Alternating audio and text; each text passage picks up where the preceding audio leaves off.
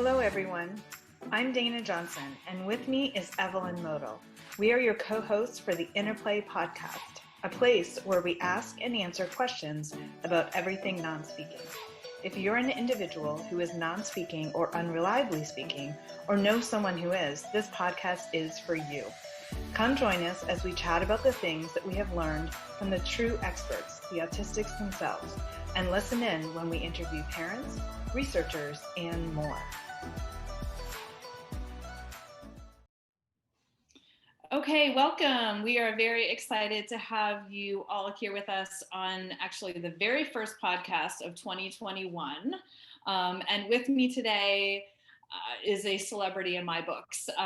Dr. Elizabeth Torres is someone who transformed my practice as an occupational therapist and working with the autistic non-speaking population just to better understand the brain-body disconnect and what I do every day and how I can support them. So just as an introduction to Dr. Torres, she is the director and principal investigator at the New Jersey Autism Center of Excellence and also a researcher at Rutgers University, where her lab develops the new methods for precision and medicine and mobile health. So we're very excited to have her with us. And before we started to talk about this podcast, I did send her a few questions ahead of time. And one of them was, I'm always interested in finding different information of our guest. And I asked her to provide us with a childhood fact. So this is what she told us. She said, growing up in Havana, Cuba, I went free diving without a mask or snorkel my entire childhood. And free diving to me is like deep diving, you know, not having any oxygen, which as I was reading that, and then she said she was 11 when she did this. Her friends and her finally got a pair of goggles, and it was the first time that she saw the ocean clearly after years of diving, which, I mean, I've opened my eyes in water and pools, and that's not always a fun situation. So I'm glad that you found the goggles. And then they would take turns with the goggles because none of them wanted to come out of the ocean, which I totally understand. So these experiences then helped her with her now, what she does in her free time, which I'm glad to hear that you do have free time, Dr. Torres, is the scuba diving. So thank you for providing us with that little fun childhood fact. And welcome to the Interplay Podcast. Thank you so much. Thank you for having me. So the first question that I did want to ask you is, initially, how did you become involved with research in autism and movement specifically? Yeah, so I have been doing research in movement related to movement generation and the modeling of how we move, how the brain controls motion since late 90s when I started graduate school.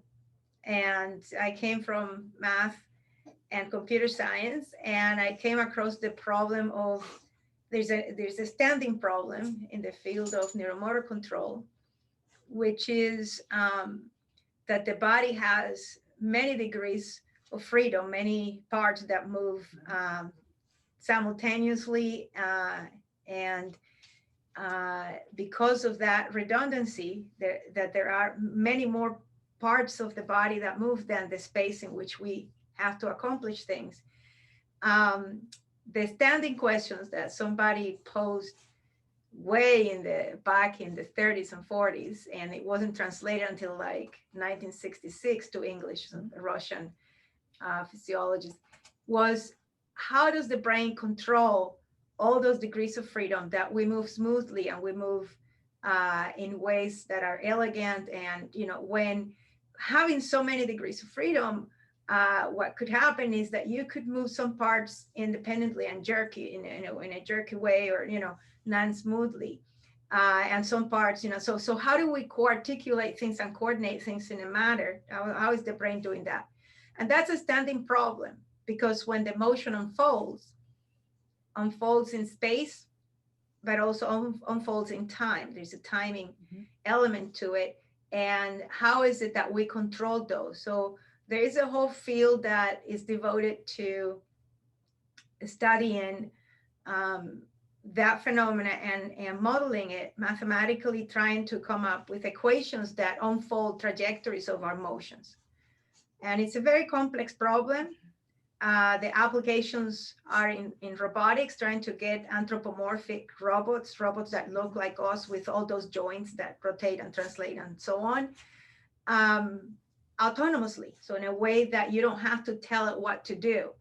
Now, at the moment, most of that is programmed in. Mm-hmm. So there is no self-emergent autonomous robots that have self-emergent autonomy. And so that is the part of the research in motor control and neuromotor control that caught my attention. I started in autism in 2008, accidentally. I started in the late 90s working on this as a graduate student, graduated in 2001. And in 2008, came to New Jersey. I was in California, came to Rutgers to start my lab as a new faculty. And accidentally, I bumped into a professor, Sandy Harris, who was the director of the Douglas Developmental Disability School at Rutgers, which is fundamentally an ABA school. Mm-hmm. And Sandy at the time, I believe she passed away already. So she helped me pick up all my books, and I was carrying a box looking for my new office. And that's how we literally bumped into each other. Literally. My box with all the books came off, and then so on. And there was a poster. I just come from a conference.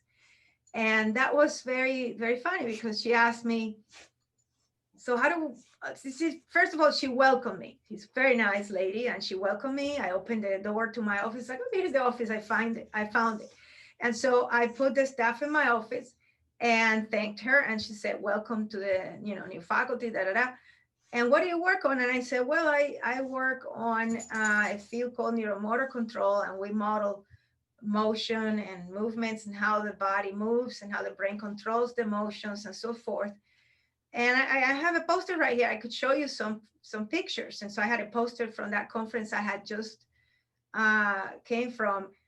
And I was just sort of explaining to her. And I said, so I'm putting up the poster on the wall and explaining and so on. And I said, so what do you work on? And she said, oh, I work on autism. I said, what is that? What is, I've heard it in the news, but what is it? And then she starts telling me, and I said, oh, wow, that's interesting. And how do you measure it? And that was the kind of dead stop right there. It was a pause. She said, well, we observe it and describe it. And I said, oh, okay.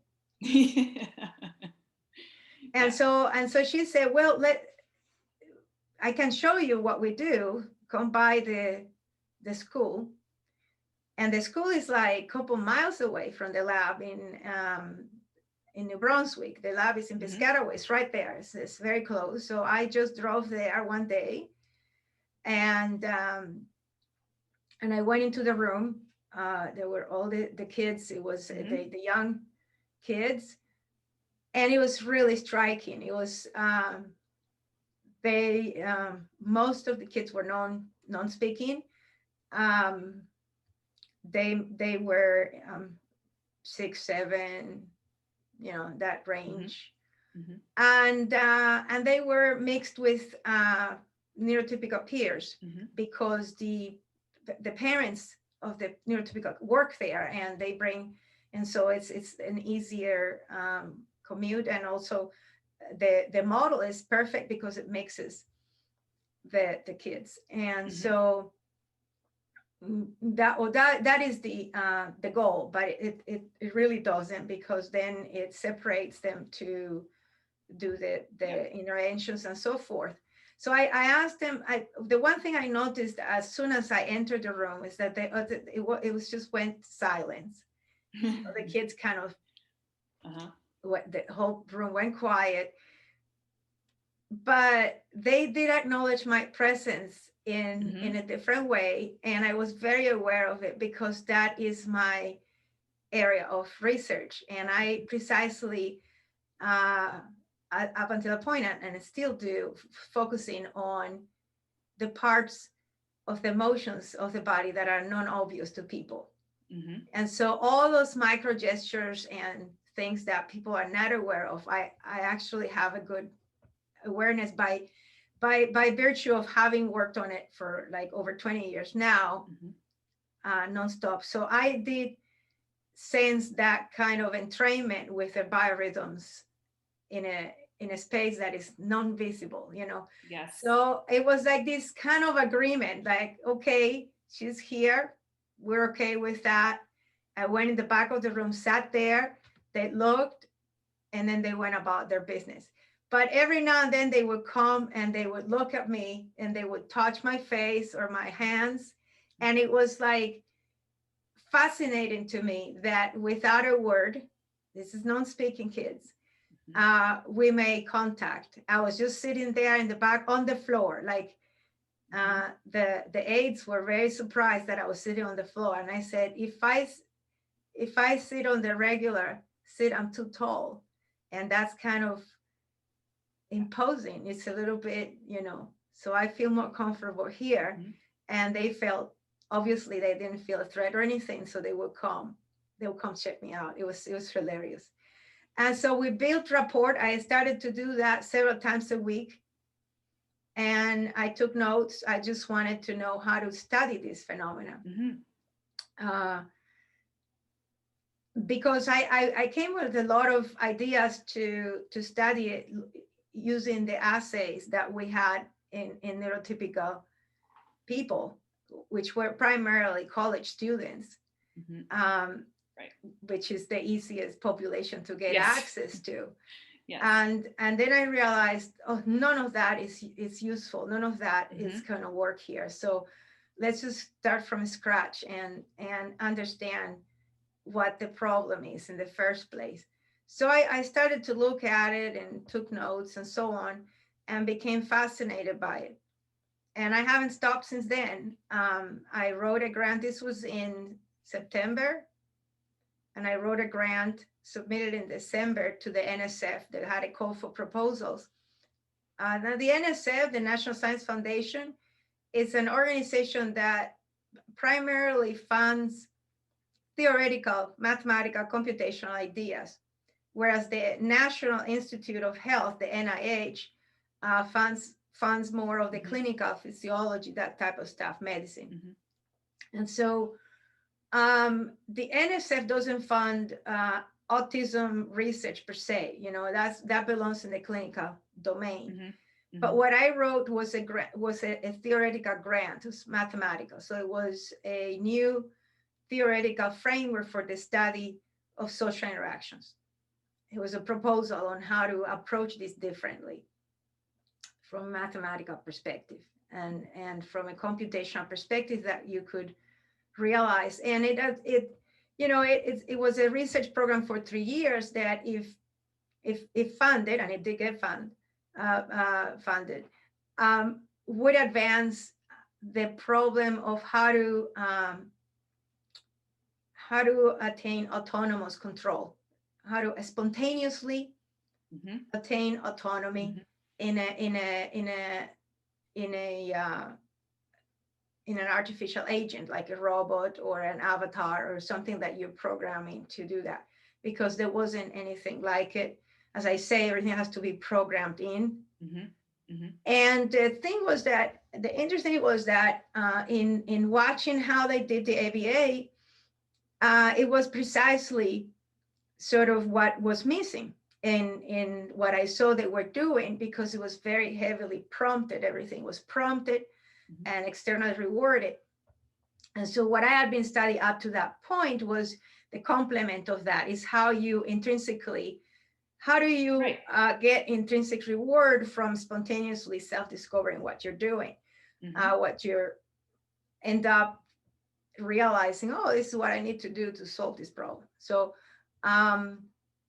so that was my initiation. By May, we got the grant. It was generous by the standards of the NSF, which is not as much as the NIH.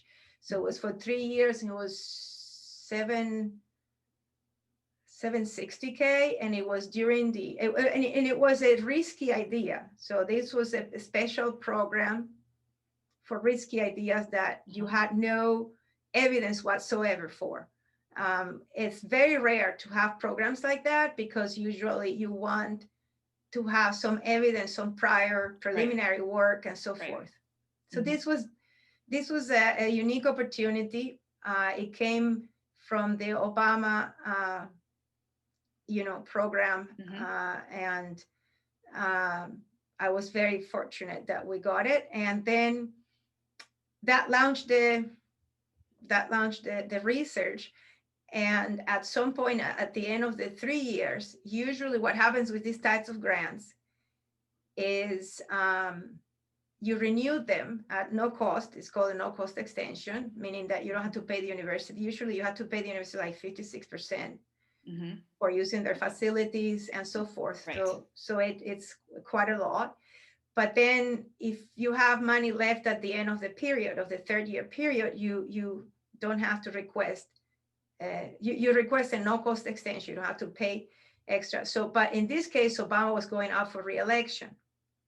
So we couldn't request a no-cost extension. The grant had to be spent sharply at the end of the 3rd year, which put us in a situation that after that, there was no more money. So we had to spend the grant and so on. Anyhow, at that point, I was in the middle of the biggest discovery that we had, and had a slew of papers to publish, like 10 papers, which each paper to publish in open access journals, each paper is in the ballpark of 2,500 to 3,000. So it's considerable. And it's like, here we have a discovery, we need to publish it, and we have to, we need to get more grants. Yes. And we have no money left, and we're in the middle of wow, this is really hot stuff. We really need to get this out there. And so what was that big discovery? Just so that, or if you're going to get there, I don't want to interrupt, but I feel, okay, go ahead. Yeah. So just to close that story, we're there without any money. We're there at the brink of this thing. And I get a phone call from the Nancy Lurie Marks Family Foundation, which funds autism research. And they came to the rescue. They essentially saved the lab and gave us the continuity. And I want to say this because we were able to develop our research program because of this generous foundation. But the discovery was that it was twofold. One is, as I mentioned, the behaviors and the actions that were being researched had this kind of roughly this two-part component. One that is deliberate and goal-directed and very intentional, and one that is happening spontaneously within the action, but it's more of a supportive role. You don't see it. It's like it's really beneath awareness. And so that spontaneous part of the action, which is quantifiable, was very interesting because it was pretty much like the neurotypicals. Whereas the other part, the one that was instructed, the one that was goal-directed and so forth, was excessively noisy in the sense that as they're moving around and performing these tasks that are instructed and prompted and so forth, what we look at are the different biorhythms of the body. So the motions of the hands and the trunk and the head, and so the whole body, the motions of the heartbeat. These are all motions. So the word motion is not really movement. It refers to motions in general, to anything that changes position over time. So you have a signal and it's changing position over time. So it has this dynamic component that in time is fluctuating. And we look at the fluctuations away from the average fluctuation. So it's like the the little peaks that fluctuate normally in traditional methods, in traditional statistics that researchers do, they take a grand average of all those fluctuations. So they are thrown away unknowingly. It's what is called gross data. So that gross data is treated as noise and goes away. And what you're giving a statement about is the kind of average, grand average behavior. So we looked at away from the grand average behavior. We looked at the fluctuations, which are unique to each person. So that was the big discovery. One, that each person has different signatures of their fluctuations of these micro, we call them micro movements. And within that, in the autistic world, speaking or non-speaking, female or male, whichever part of the spectrum you came from, those fluctuations, if they came from movements that were intended or prompted or instructed or goal directed, had a signature that is noisy, so excess noise, and random. It was well characterized by a type of probability distribution that is it's a special distribution, which gives you is the exponential distribution, which is very random, and it has this kind of very fast changing, is sort of the here and now. And what that gives a system is having that type of probability is high uncertainty about the future. And I invite people to think about it in terms of now COVID and the exponential rate of that we get, and the uncertainty that brings to our future right now.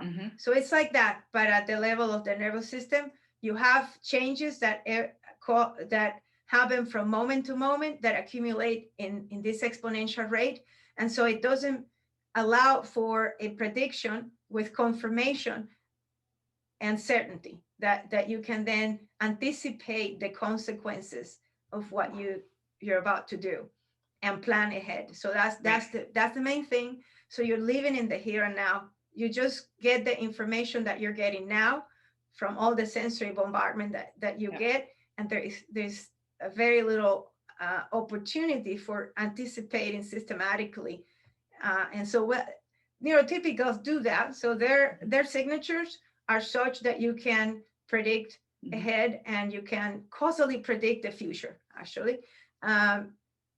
So that was the big result, and it was very consistent over and over.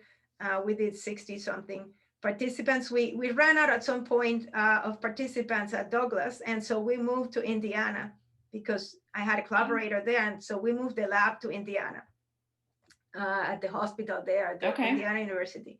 And in both places, so this is 2 different states.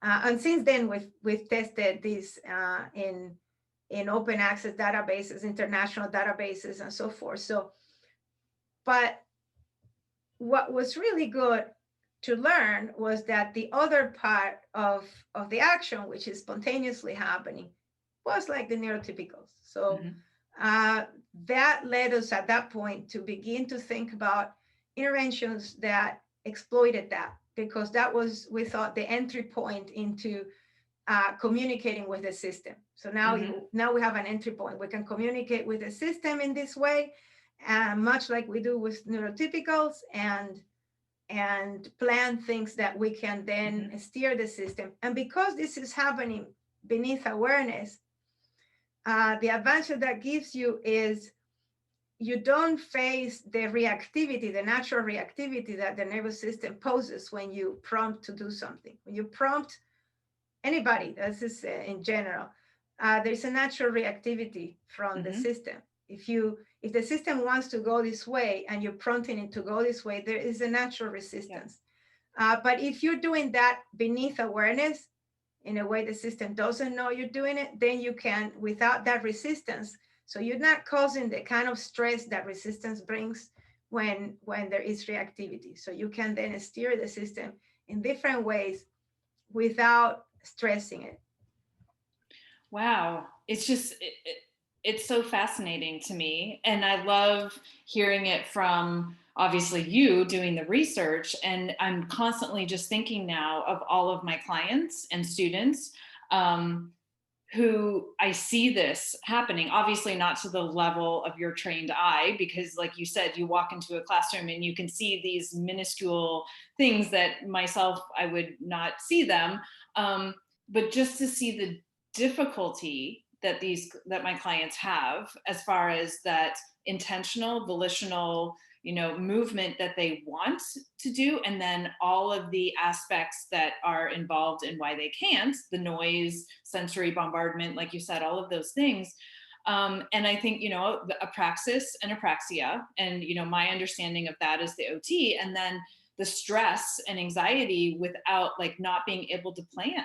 I mean, the COVID example is perfect. You don't have that ability, and we're here stressed out, and this is what our clients and students live in a body like this every single day, every moment. And I think that that's really important for our parents and caregivers to really take away from this, is that it is something that is beyond our kind of understanding totally of what that looks like on a day-to-day basis with them. Yeah, and the amazing thing for me was that how much they could accomplish despite all of this. So their nervous system figured out a way to do things despite the noise and all of these issues. But of course, the outcome looks different than a neurotypical, than you would expect. Right. Neurotypically, because it's an adaptation, is something.